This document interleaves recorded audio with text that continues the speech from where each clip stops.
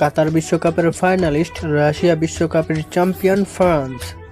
দুকোর সব ফুটবলার নিয়ে এবারের বিশ্বকাপ দল ঘোষণা করেছে, যেখানে সবচেয়ে বড় নাম কিলিয়ান এমবাপ্পে হলেও 26 জনের দলে এখনও অভিজ্ঞতার আলো ঝলমলে এক নাম এমগুলো কান্তে। সেরা সব ক্লাবে খেলার নামগুলো আছে দারুণ ফর্মে। লিভারপুল স্ট্রাইকার হুগো একই দিকে থাকলে হয়তো জমতো আরও স্কোয়াডের নেই ইনজুরির কারণে। কিংসলে কোমান, কামাভিঙ্গা বা ক্লোমোয়ানের না থাকা নিয়ে সমর্থকদের কিছু আফসোস থাকতে পারে। ক্লোমোয়ানি সেই ব্যক্তি যিনি কাতারের ফাইনালে আর্জেন্টাইন গোলকিপার এমি মার্টিনেজের মুখোমুখি হন, যে শট ঠেকিয়ে বিখ্যাত হয়ে আছেন মার্টিনেজ। পরে টাইব্রেকারে যাওয়া ম্যাচে গোল মিস করেছেন কোমান। কাকতালীয়ভাবে দুজনের কেউই নেই দিদিয়ার দেশমের দলে।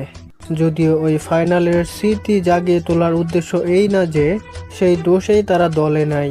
ক্লোমোয়ানি আর কামাভিঙ্গার কেসটা পুরোপুরি পারফরমেন্স নির্ভর।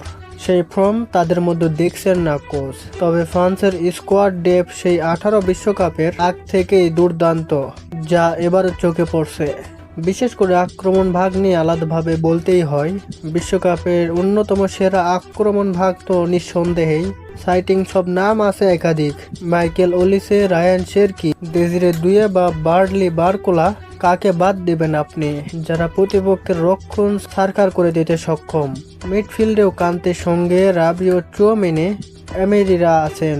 ফরাসিদের ডিফেন্সেও বড় নামের সরাসরি থিও হার্নান্দেজ, কোনাটে, কুন্ডেস, সালিবা, উপমেকানো, যারা অ্যাটাক ভেঙে চুরমার করতে পারদর্শী।